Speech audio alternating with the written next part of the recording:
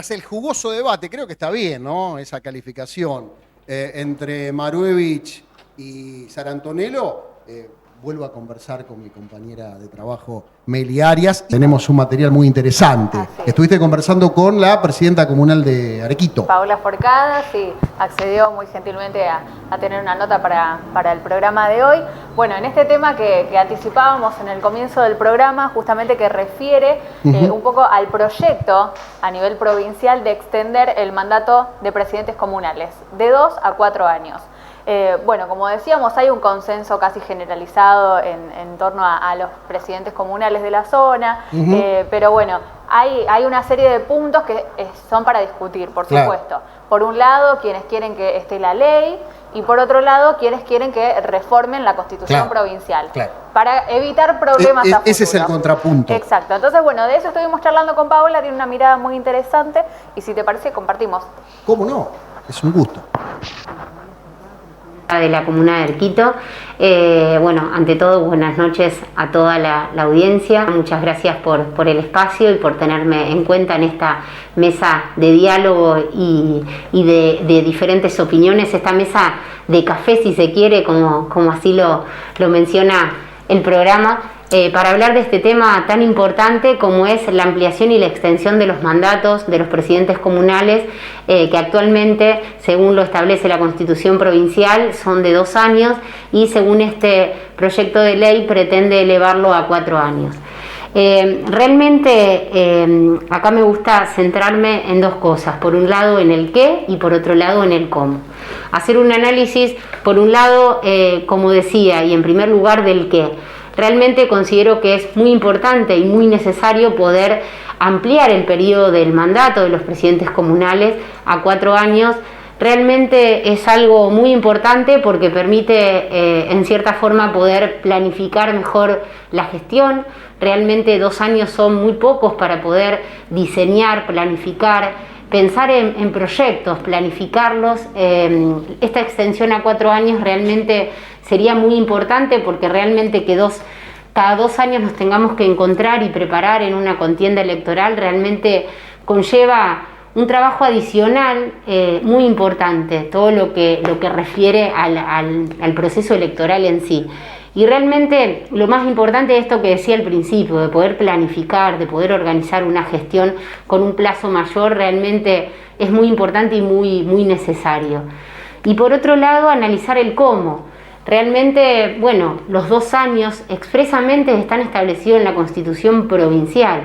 Realmente, por un lado celebro que podamos comenzar a trabajar este tema, empezar a armar mesas de trabajo entre presidentes comunales, referentes del gobierno provincial, asesores, legisladores, que podamos sentar, armar mesas de trabajo para empezar a dialogar sobre este tema. Realmente celebro que este sea el momento, que nos hayan convocado para empezar a dialogar y a trabajar, pero sí creo que tenemos que ver y centrarnos en cómo. Hacerlo a través de una ley es realmente algo que vendría a ser contrario a lo que establece nuestra Constitución provincial, así que creo que es momento de que se dejen de lado cuestiones partidarias, cuestiones políticas, que podamos de una vez por todas unificar y sentarnos verdaderamente a dialogar con quienes verdaderamente estamos en la primera trinchera, quienes estamos los verdaderos actores de esto, que realmente desde el Poder Legislativo se pueda tener en cuenta nuestra visión, nuestro punto de vista, nuestros aportes, porque no solo la duración del mandato es necesario modificar, sino también hay cuestiones funcionales, orgánicas de lo que es las comisiones comunales, que realmente necesitan ayornarse y modernizarse. Así que, un poco resumiendo, por un lado es muy importante poder ampliar el plazo y el mandato de los presidentes comunales de 2 a 4 años, pero creo que es momento de sentarnos a charlar, a dialogar y a trabajar sobre todo para que esto se pueda hacer por las vías que corresponden, a través, si corresponde modificar una constitución provincial, que así sea, porque realmente desde lo que es el derecho administrativo realmente sería complejo quizás, porque se pueden dar muchas cuestiones judiciales o causas que indiquen que esta ley sea inconstitucional. Así que realmente como te decía al principio, celebro que este sea el momento de iniciar un camino, pero creo que es un camino de mucha charla, de mucho diálogo, de mucho trabajo y que debemos hacerlo de manera comprometida, todos los referentes y los actores de la provincia de Santa Fe, pensando en el bien de todos los habitantes, de cada uno de los pueblos, de cada una de las localidades.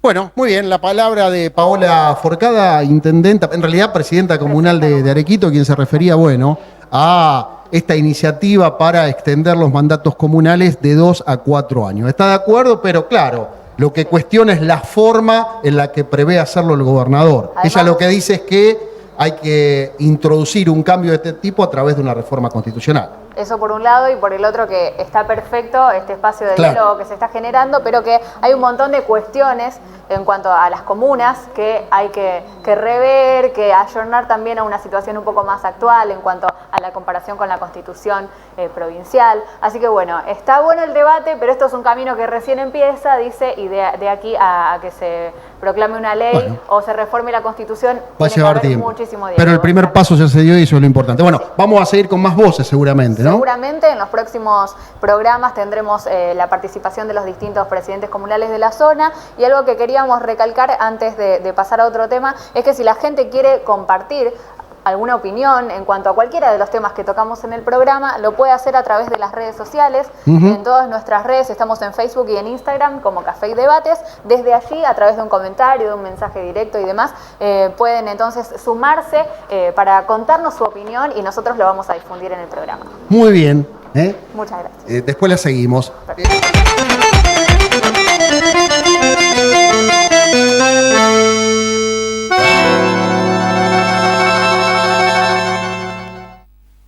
Bueno, lo decíamos antes de ir a la pausa comercial, vamos a conversar con Armando Joalé, secretario general de ANSAFE Caseros, a quien saludamos, por supuesto, le damos la bienvenida. ¿Cómo está, Armando? Bien, muy bien. En pleno trajín, ¿no? Están votando. Exactamente. Sí, porque, bueno, todos saben ya que hubo una propuesta de gobierno, fuimos convocados a una nueva paritaria el día jueves. Eso, obviamente, disparó todo el mecanismo de decisión que tenemos. Se va a hacer mañana, desde las 10, un encuentro de delegados virtual para que la ANSAFE decida la posición final. En estos momentos, bueno, nuestro departamento se está votando porque cerramos la votación mañana a las 9 de la mañana. Las 9. Y es virtual, ¿no? A ver, contame eso. A través de un formulario de Google están convirtiendo las hay dos mociones, como siempre, rechazar y aceptar con distintas consideraciones. Creo que va a ser el panorama de casi toda la provincia. Y vamos a sumar los votos como te digo, mañana desde las 10, que también es virtual la asamblea que tenemos. Claro. La primera oferta salarial que hizo el gobierno y que fue rechazada por ANSAFE, bueno, dividió las aguas, fue muy ajustado el resultado a favor del paro. Hubo 1000 votos de diferencia. Sí, 1000 votos de diferencia. La propuesta de 35% más 8 en julio y 9% en octubre. Pero creo que los argumentos, con respecto a la propuesta en sí, primero era que no contempla la recuperación del poder adquisitivo del salario del año pasado, que lo tuvimos congelado todo el año. Luego, que el aumento va por igual a cifras no remunerativas y cifras remunerativas, financiando la caja de jubilaciones y el IAPO. Y el tercer punto es que se está cerrando hasta fin de año. Nosotros entendemos que eso es bastante riesgoso porque la expectativa de la inflación no se sabe dónde puede terminar, si bien hay todo un esfuerzo por tratar de controlarlo y demás. O sea, pero la nueva propuesta, para que el televidente lo entienda, ¿es superadora a la primera o es más de lo mismo? No, a la que estamos votando hoy solamente tiene como modificación que el segundo pago, en lugar de ser en julio, es en junio. Tiene un mes adelante, es exactamente la misma. ¿Y cuál es la sensación? Está bien, mañana va a quedar traducido en los votos, pero tu sensación. No, la gente, es decir, en el discurso están todos en contra. Están pensando que el gobierno no está tomando el pelo, lo cual es verdad. Pero de ahí a hacer una medida de fuerza hay un trecho largo, porque luego eso hay que sostenerlo, es una pelea. Es decir, uno cuando hace esto sabe que incomoda a la sociedad, sabe que incomoda al Estado, pone una crisis en el centro de la mesa para que sea discutida. La crisis que estamos poniendo es el valor del sueldo docente. Y bueno, eso implica un riesgo, especialmente en esta situación, donde se pretende volver a clases después de un año de aislamiento, y se mezclan las cosas, porque yo creo que con justa razón hay mucha ansiedad por volver a las escuelas, de parte de la comunidad y de parte de los docentes. ¿Te parece legítimo, digamos, el planteo de algunos sectores de la sociedad en contra del paro? ¿O hablan, digamos, desconociendo, bueno, cuáles son las reivindicaciones que están planteando ustedes? Cualquier planteo, siempre que se ajuste a las estructuras democráticas, política democrática que tenemos en nuestro país. Digo, porque ha generado críticas, digamos, esto es innegable. Obviamente. Lo que sí es más, hubo padres que se han movilizado. Sí, y te digo, yo los felicito porque ayudan a poner en el centro de la agenda el valor del sueldo docente. Claro. En este caso por el tema del salario, pero también ponen en valor a la educación. Cuando alguien quiere ir a la escuela y exige y se moviliza para exigirle al Estado, que es el que tiene la obligación, eso hay que tenerlo bien claro. Recién hablábamos un poco, bueno, en programas anteriores también, de la postura de alumnos y de padres en esto del reclamo, pero para tratar de entender a los docentes también. ¿Qué factores por ahí entraron en juego a la hora de decidir no aceptar la propuesta anterior al menos? Fuera de lo estrictamente económico, salarial, que fue el desentonante final, yo creo que el abandono del Estado durante todo el año pasado, el no haber sostenido la virtualidad con mucha más rigurosidad, el no tener directivas concretas para organizar la vuelta a la presencialidad, el dejar abandonados a los directores que tienen que poner la cara directamente frente a la comunidad, que ningún funcionario se haga cargo. En los territorios ningún funcionario se ha hecho cargo públicamente de decir, bueno, vamos a hacer esto, vamos a hacer lo otro. Yo estuve recorriendo las escuelas, qué falta acá, qué falta allá, porque la situación de esta vuelta a la presencialidad está muy contenida a la disposición que cada institución tenga. Claro. Por un lado, bueno, perdón, mientras estábamos en plena pandemia, ahora bueno, o en una rigurosidad un poco más importante en la virtualidad, los problemas eran unos. No teníamos tecnología, los chicos no podían acceder, era una lucha constante para que no se pierda el vínculo con los alumnos. Ahora, la vuelta a clases tampoco les aseguraba la seguridad justamente a los docentes de que tengan todas las medidas de prevención y demás necesarias. Entonces era tal la incertidumbre, eso un poco conversando con docentes en cuanto a la vuelta a la presencialidad, que eran puntos fuertes también a tener en cuenta y que ahí se sintieron, me parece, como desamparados. Exactamente, así es. Y aparte porque, es triste lo que voy a decir, pero sé que la aplicación de los protocolos es muy incompatible con la educación. Por ejemplo, la aplicación de protocolo para ir a una obra de teatro, para ver un partido de fútbol, afecta al público, no a la obra de teatro en sí, ni al partido de fútbol en sí. Ahora, los protocolos aplicados a la educación afectan la relación pedagógica. Y eso, es decir, si uno está pensando que la vuelta que se está intentando hacer va a ser igual al año 2019, yo te tengo que decir que no. Acá se va a ir a la escuela de una forma muy alternada. Se está probando el tema de las burbujas o de los grupos alternados si funciona. ¿Ustedes consideran que fue una decisión apresurada esto de la vuelta a clases sin haberse evaluado estas cuestiones que estás diciendo? O más que evaluado, ajustado esta cuestión. Tal vez sí. Es apresurado porque me parece que el gobierno no realizó las acciones que debería haber hecho el año pasado para preparar este escenario. Hubo tiempo, claro. Porque claro que hubo tiempo. Un año, exactamente. Y se llegó al punto donde yo creo que todos estaban esperando que la pandemia... Uno ha escuchado que en julio se va a volver a clase. En julio del 2020 no pasó, ni de lejos pasó. Entonces, creo que en eso hubo falta de previsión para poder hacer las cosas un poco más y preparar a la gente, un poco más acotadas a la realidad que te plantea el protocolo. Si vos comenzabas a decir desde el momento en que esto estaba pasando que no íbamos a tener clases presenciales con 30 chicos todos los días y que iba a ser acotado y uno iba preparando eso, bueno, otra podría haber sido la situación. Pero ahora, y también esperemos que en este escenario se ha agregado el tema de la vacuna, que ha avanzado muy fuerte, y espero, la vacunación por lo menos, que cumpla el efecto de poder morigerar los niveles de contagio. Sí, avanzó muy fuerte en la población docente, digamos. Si estamos yendo a la escuela, las dificultades de la escuela es mantener aireado el ambiente. Esa es una enorme dificultad que se tiene. Si llueve, vos tenés que tener un protocolo que tenés un tiempo de clases, unos minutos para ventilar y vuelta a la clase. Si llueve, no todas las escuelas tienen la posibilidad de sacar a los chicos a algún lugar esperando que se ventilen los salones. Exacto. Es muy complicado. Sí, y eso además recarga de trabajo al docente. Exactamente. Claro.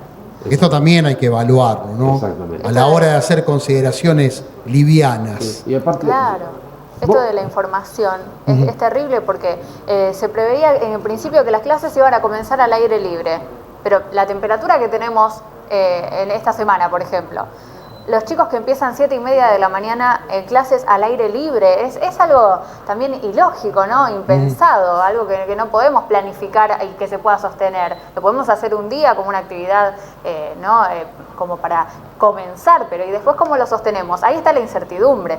Yo creo que los docentes estaban justamente saturados en cuanto a este trabajo, que no sabían cómo sobre la marcha ir solucionando cuestiones que no tenían previstas. Exactamente, así es.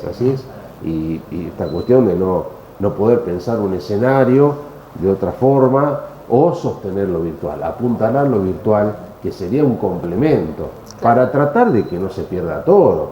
Porque, es decir, la presencia del docente con sus alumnos es irreemplazable. Eso es la educación. Claro. Si vos cambiás esas variables, será otra cosa, pero por supuesto, educación no. Entonces, poder apuntalar lo virtual para complementar, para tratar de buscar el sostenimiento del vínculo, bueno, de eso no se hizo nada, no se repartió una computadora, no se proveyó internet gratis para los matriculados ni para los docentes, es decir, nada, en eso nada de nada. Y estamos en la época donde manejar un celular aparentemente sería un elemento, ¿cómo te diría?, alfabetizador. Claro. Pero no, primero hay que hacer llegar la tecnología a todos los sectores y después hay que trabajar sobre eso. Pero bueno, a mí me parece que la improvisación fue la moneda que guió estas últimas decisiones. Sí. No supieron tener respuesta frente a esto que la comunidad estaba pidiendo, que es poner en debate el tema. No tuvieron respuestas y a veces seguían por escuelas, modelos. Uno muchas veces escucha la Gurruchaga de Rosario, como si toda la provincia estaría llena de colegios como la Gurruchaga. No sirve. Claro, generalizar lo particular nunca es bueno. Claro. Así que yo entiendo estas cuestiones, me parece bárbaro que todos los sectores involucrados en la comunidad educativa hagan hoy su voz y que, bueno, también tenemos que saber todos juntos vamos a tratar de hacerle frente a esta pandemia. Ahora, ante los ojos de la sociedad parece que no están tan lejos, digamos. En cuanto, bueno, la oferta del 35%. En 3 tramos. En 3 tramos, sí, pero digo, por eso digo, ante los ojos de la sociedad, daría esa sensación. El sueldo más bajo. Que no están tan lejos de arreglar. Sí, el sueldo. No, eso es verdad, pero no pero en realidad es patear la pelota para adelante. Porque el sueldo más bajo está 10.000 pesos debajo de la línea de la pobreza. Y está a la mitad de la canasta familiar. La canasta familiar son un poquito más de 90.000 pesos. La línea de la pobreza son 60.000 pesos, estoy redondeando, y el sueldo del docente que recién se inicia con un montón de cifras negras y demás, está llegando a los 50.000 pesos. Es decir, tenemos docentes bajo la línea de pobreza. Para el Estado no estaba así, estos sueldos hace 6, 7, 8 años atrás. Hay que remontar esto. Claro. Entonces, si vos decís el 35% y el año pasado no tuvimos aumento, la inflación fue más del 30%, llegaremos al 35%. ¿Y qué hacemos con el año pasado? El año que viene volvemos a discutir sobre el mismo tema con docentes bajo la línea de la pobreza. Es decir, si el esfuerzo está centrado en aflojar el conflicto y que demos clases, bueno, eso ya te digo, depende de la fuerza de los docentes para poder llevar adelante un paro. Pero en términos estrictamente económicos, Claro. no estábamos cerca. Sí, entiendo. Un docente no Más puede. aún teniendo en cuenta que Pero aparte- lo que decía Leo el otro día recién en el comentario, ¿no? Claro, exacto. La inflación sigue siendo alta, con lo cual un 35% de aumento se termina licuando en poco tiempo. Totalmente. Exacto. Y después otra cuestión más. A ver, que no es malo, a ver, esto también hay que decirlo, no es malo Claro. en relación a las negociaciones que se llevaron adelante en el ámbito privado, digamos, Exactamente. ¿no? No es malo, pero claro, hay que ver cómo se plantea ese aumento del 35%. Pero, bueno. En 3 tramos, Claro, y fíjate, y Claro. compararlo con la tasa de interés. Para tener un parámetro, puede haber otros, el kilo de carne, la nafta, Claro. pero ya con eso. Y después quiero decir otra cosa. Sí. En la docencia hay un 85% de mujeres. El sueldo del docente le tiene que dar la capacidad de la independencia a la mujer, para que no termine viviendo del dinero del marido o de su familia. Es muy triste para una chica que por distintas circunstancias a los 40, 45 años tiene que, con 2 hijos a cuestas, a cargo de ella, porque lamentablemente la otra parte no se hace cargo, o se hace Sí, cargo sí. muy poco, tener que ser docente y tener a esa altura de tu vida, volver a vivir a la casa con tus padres o tener que pedir prestado o hacer otro trabajo. Sí, sí. Ahí está en juego la cuestión docente, porque yo lo comparo con otro trabajo. Estamos hablando de porcentaje de aumento, pero no de los sueldos. Acá hubo otros gremios que arreglaron sueldos mínimos de 96, el mínimo, para comenzar, 96, 100 mil pesos. El docente es la mitad de eso. sí. Pero son... No, por eso está bueno que Yo visibilicen esto- estas claro, cuestiones, yo- porque mucha gente lo ignora. Y, claro, el sueldo docente no puede ser el complemento del salario de una familia. Eso hace muchos años que se terminó. Claro. Hoy la mujer lleva adelante con su trabajo un hogar de la forma más humilde o como sea, pero aparte su trabajo le tiene que brindar la posibilidad de tomar decisiones con independencia. Claro. ¿Cómo queda alguien? Como en el caso que relaté recién, lo digo porque conozco Claro. el Sí, paño, tengo mis compañeras, Por supuesto. están un Son montón en esa situación. datos de la realidad. Sí. Exactamente. Y encima el Estado no reconoce el trabajo, porque el reconocimiento del trabajo, en definitiva, se termina viendo en el salario que se te paga. Tal cual. Armando, va a ser un gusto haber conversado contigo. Esperemos que puedan llegar a un acuerdo, ¿no?